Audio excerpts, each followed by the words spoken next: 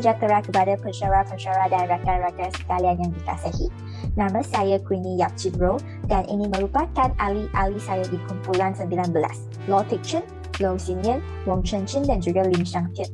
Kami akan membincang tentang jenis-jenis parti politik yang terdapat di Sabah dan Sarawak bagi mengekalkan keharmonian etnik di Malaysia. Sebenarnya, struktur masyarakat majmuk akan mempengaruhi perkembangan politik di negeri tersebut. Khususnya, politik di Sabah dan Sarawak yang lebih kompleks. Secara ringkasnya, Sabah dan Sarawak telah mengamalkan gabungan politik bagi membentuk kerajaan sejak tahun 1963. Walau bagaimanapun, tahukah anda, terdapat banyak parti politik di Sabah dan Sarawak yang mewakili pelbagai etnik telah menyumbang kepada pengkalkan keharmonian etnik di Malaysia? Marilah kita bermula dari Pakatan Politik di Sabah. Di Sabah, terdapat kelompok dominan dari segi penduduk tetapi terdapat 4 kelompok bumi putera yang tidak jauh berbezanya antara Kadazan Dusun 24.8%, Bajau dan Melayu 18.5% dan Peribumi lain 20.6%. Salah satu parti politik di Sabah yang telah menyumbang kepada pengekalkan keharmonian etnik di Malaysia ialah Parti Bersatu Rakyat Jelata Sabah atau Berjaya. Ia merupakan parti politik berbilang kaum yang pertama yang bertapak di negeri Sabah dan mewakili semua kaum di negeri Sabah. Berjaya terdapat beberapa objektif penting dalam dasar perjuangan partinya yang berbilang kaum yang membolehkan keharmonian etnik di Malaysia untuk dikekalkan. Contohnya, mempertahankan integriti, kemerdekaan dan status demokrasi negara. Selain itu, menanam semangat nasionalisme di kalangan rakyat berbilang kaum di negara ini dalam usaha ke arah mencipta sebuah masyarakat yang adil, makmur dan stabil. Pembahagian kekayaan dan peluang-peluang secara seimbang bagi menjamin kemakmuran untuk semua rakyat Sabah di dalam negara Malaysia yang berbilang bangsa, kebudayaan dan agama. Terdapat beberapa pentadbiran yang telah dijalankan untuk menguntungkan semua etnik di Sabah oleh Berjaya. Antaranya adalah memperkenalkan hak demokrasi rakyat dengan memberi kebebasan kepada orang Kadazan Dusun dan rakyat beragama Kristian untuk bergiat cergas dalam politik dan persatuan Kristian. Selain itu, penghapusan dasar pengislaman secara beramai-ramai dan secara paksaan di Sabah antara penduduk bukan Islam sebelum itu. Tidak lupa juga kepentingan orang Islam, antaranya Berjaya telah membina masjid di beberapa daerah penting seperti Labuan. Kesannya, Berjaya telah memerintah kerajaan negeri Sabah selama 8 tahun, iaitu pada tahun 1976 hingga tahun 1985. Semua kaum di Sabah yakin tentang kemampuan parti politik Berjaya untuk memajukan taraf ekonomi rakyat, serta dapat menjaga kebajikan rakyat tanpa mengambil kira suku kaum dan perbezaan agama. Kabinet pertama Berjaya telah menunjukkan bahawa keanggotaannya terdiri daripada semua kaum utama di negeri Sabah, selaras dengan dasar asas penubuhannya, iaitu sebagai sebuah parti berbilang kaum. Ini menunjukkan bahawa Berjaya telah mempertahankan hak demokrasi dan mewujudkan kebebasan menjalankan kegiatan keagamaan, kebebasan bersuara, dan konsep tanggungjawab bersama dalam menjalankan rancangan pembangunan. Semua ini oleh Berjaya telah berjaya mengekalkan keharmonian pelbagai etnik di Malaysia.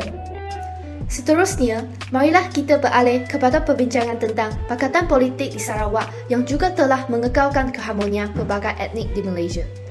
Komposisi penduduk di Sarawak lebih kompleks kerana ia terdapat sekitar 30 etnik yang berbeza. Untuk menamakan beberapa, iaitu Dayak, Melayu, Cina, Melanau dan India. Di Sarawak, pelbagai parti politik ditubuhkan menjelang penubuhan Persekutuan Malaysia pada tahun 1936. Pada peringkat awal, keanggotaan parti bersifat berbilang kaum. SUPP yang ditubuhkan pada tahun 1959 merupakan parti tertua di Sarawak. SUPP pada peringkat awal penubuhannya adalah bercorak berbilang kaum. Antaranya, objektif SUPP adalah mengukuhkan hukum negara iaitu adil dan mewujudkan kesaksamaan untuk semua masyarakat tanpa mengira budaya dan kepercayaan. Hal ini dapat menjaga dan mengekalkan kerajaan berdasarkan demokrasi berparlimen. Selain itu, hal ini juga dapat mengalahkan dan memastikan hidup pencapaian ekonomi dan budaya yang tinggi bagi pelbagai kumpulan etnik. Dengan ini, tahap ekonomi pekerja dapat ditingkatkan dan taraf hidup mereka yang tertinggal dalam ekonomi dapat terus dinaikkan. kewujudan SUPP menjadi inspirasi kepada etnik Bumiputera untuk turut menubuhkan parti masing-masing supaya dapat memperjuangkan kepentingan, kebajikan dan aspirasi Bumiputera. Selain itu, penyertaan SUPP dalam Perikatan Sarawak telah meningkatkan sokongan masyarakat Cina terhadap kerajaan dalam usaha mewujudkan kestabilan politik ketika Sarawak masih lagi memerangi pengaruh komunis. Tambahan pula, pada tahun kebelakangan ini, iaitu 2018, Setiausaha Agung SUPP, Dato' Sebastian Ting, telah berkata SUPP yakin dengan usaha yang bertekad untuk menjadikan Sarawak lebih kuat dan makmur termaksud membina masyarakat yang adil dan sama rata untuk semua tanpa mengira agama, bangsa, jantina atau kepercayaan akan tercapai. Ini menunjuk bahawa parti politik di Sarawak yang menitik berat dalam membina masyarakat yang majmuk akan membantu dalam mengekalkan keharmonian etnik di Malaysia. Kesimpulannya, parti-parti politik memainkan peranan yang penting dalam mengekalkan keharmonian etnik di Malaysia. Khasnya, Sabah dan Sarawak yang mempunyai pelbagai etnik dalam sebuah negeri. Ia boleh dilihat bahawa terdapat parti politik yang telah mengambil langkah dan agenda untuk memupuk keperpaduan dan menghormati kepelbagaian kaum dan etnik di Malaysia. Parti-parti politik haruslah sedaya upaya bertindak untuk keselamatan dan keharmonian rakyat.